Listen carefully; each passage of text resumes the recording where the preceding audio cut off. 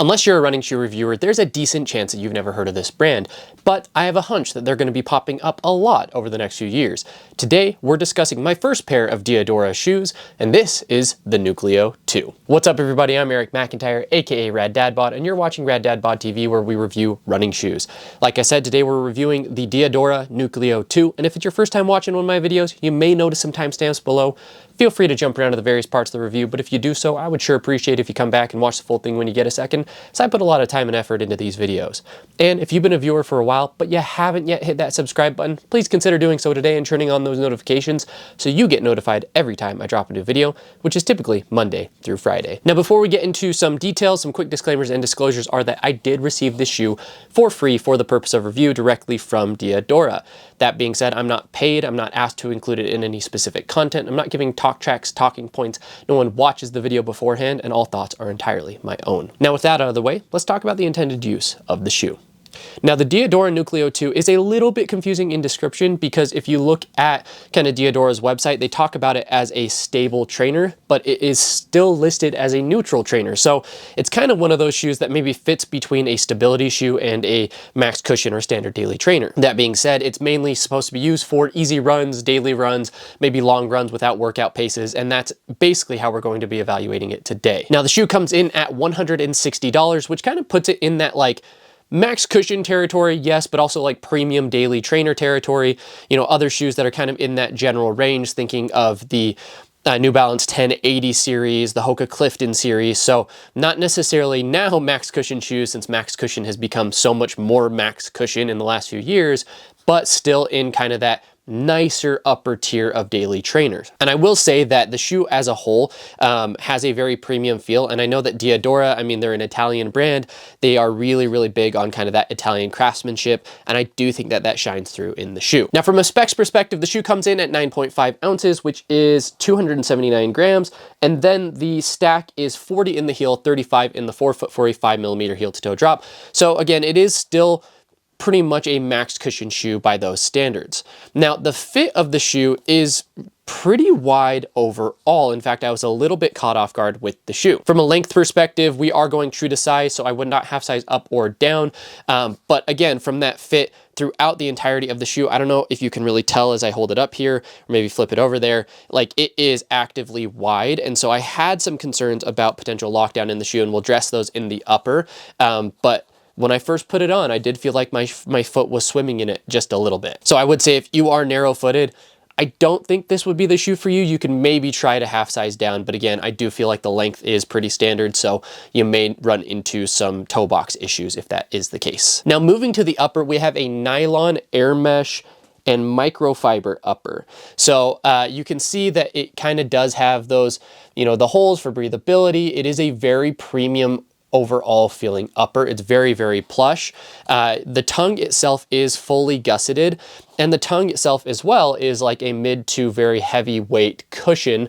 And then you get some nice cushion there in the heel with the heel flare and around in that ankle collar. As such, despite having what is supposed to be a breathable upper, the shoe does come off as warm. Obviously, without kind of that mesh, then it probably would be a little bit more warm even, but anytime you have a max cushion, like, and when I say max cushion, like very plush upper like this, it's just hard for it to not be warm in general. And that is very typical for max cushion shoes. So I wouldn't say that that's necessarily like a downside to the shoe when compared to its competition.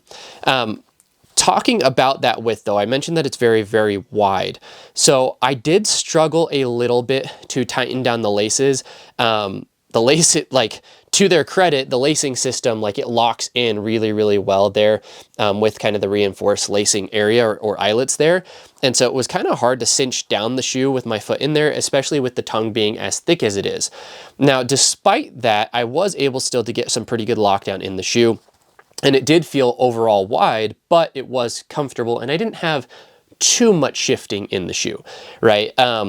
Again, not uncommon for a max cushion shoe where you have that really, really plush tongue for me to have kind of that type of issue with it. And so I will say, like, it didn't cause any discomfort on the run itself, and I was a little bit worried that it might. In fact, my first run in the shoe was a 12-mile long run where I basically, it was kind of one of those mental health runs where you go out and you're not necessarily trying to target any specific pace, so it's kind of whatever comes to you. So I ran a lot of really slow, easy miles, kind of in that 9 to 11 minute mile pace, and then I did some faster miles. My watch kind of bugged out on me, so there were points where I was actually running like sub 7 minute mile pace.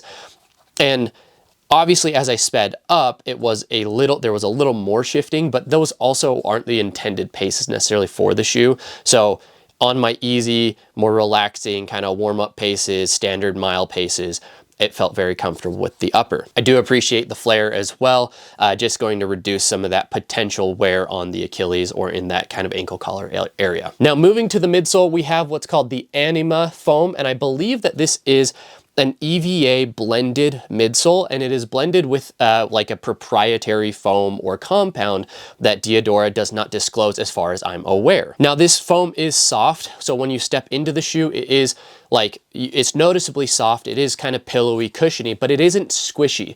So you're not gonna squish down, you're not gonna sink down in the shoe to the point where, sometimes, like just thinking of a comparison, it's softer than the Gel Nimbus 26, but not, or Gel Nimbus 27 as well, but not by that much, right? I find those foams to be very, very supportive. This is maybe just a degree softer than that, but surprisingly, the foam gives a good amount of energy return. So like I said, I was running sub 7 minute pace in this shoe at certain points, which is not typical for a max cushion shoe for me. Like normally that's gonna feel really, really clunky.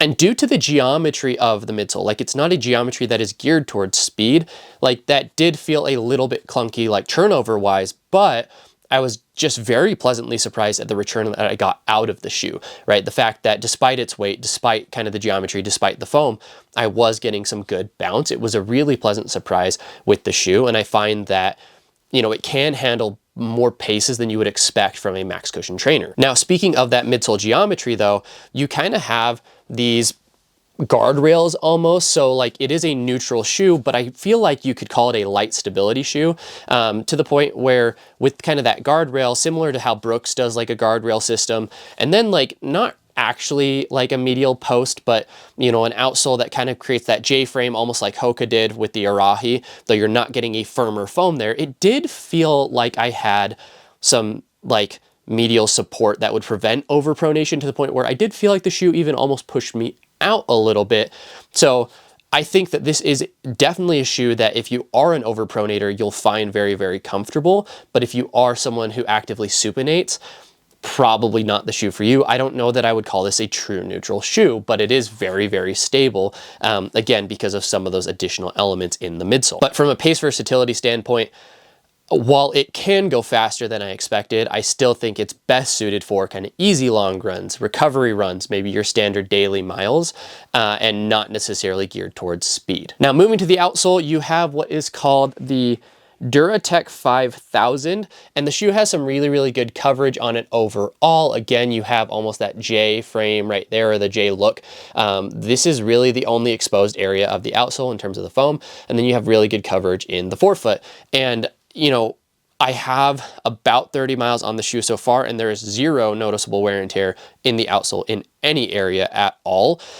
And honestly, I do feel like it grips the ground really, really well. Now, I haven't run in rainy or wet conditions because I'm in Utah and we're entering into the summer. So if anything, we're gonna get really dry conditions for the next like 5 months. But for the most part, I did feel like the shoe was actively gripping the road, and it did a really good job just supporting me and keeping me, preventing any slippage that could occur. So outsole wise, durability, I think, is the most important thing. Most outsoles nowadays are getting the job done from a grip perspective, and I do feel like that is the case here, and I do feel like it's going to be a durable, in fact, they call it out, right? Duratec.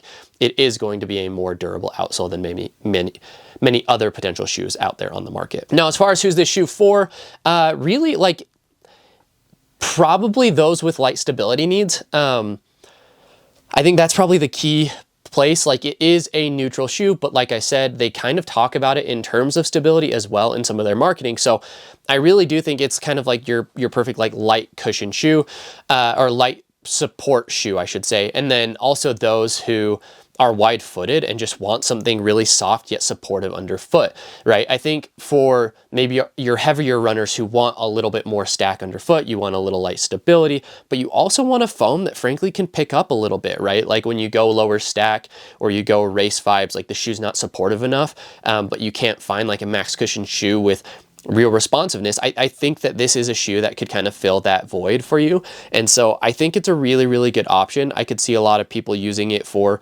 honestly, if like heavier runners who don't like plated shoes or anything, like you want a shoe that's going to carry you through the 26.2. Like I could see some people frankly running in this shoe for the marathon. So all in all, it's a more versatile shoe than I was expecting, more versatile. I'm not traditionally like a fan of max cushion shoes.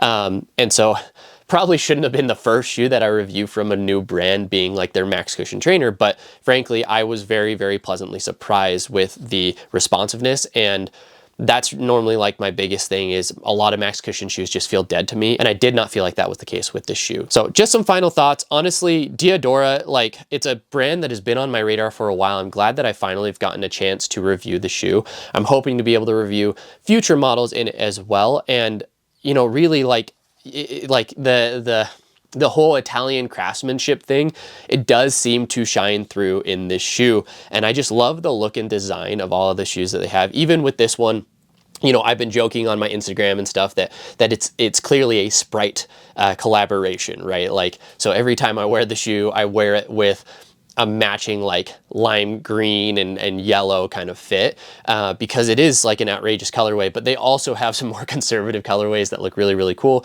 But just from a materials perspective, just from like the care that is put into the shoe, it really has blown me away. Like for $160, they call it, you know, that's what you would really look at kind of your premium daily trainers. And I do feel like it really fits that vibe. So all in all, impressed. Can't wait to see what else Diadora comes out with. I didn't get a chance to review their super shoe this last year or this year, but I've heard that it's actually really, really good. So I'm hoping that, you know, I can get on their radar the same way that they're getting on mine so that I can test some of their faster, more lighter weight, more dynamic options as well. So if you stuck around this far, I sure appreciate you. Please take a second. Let me know in the comments what questions you have about the Nucleo 2 and what I could be doing better to make these reviews even more entertaining for each and every one of you.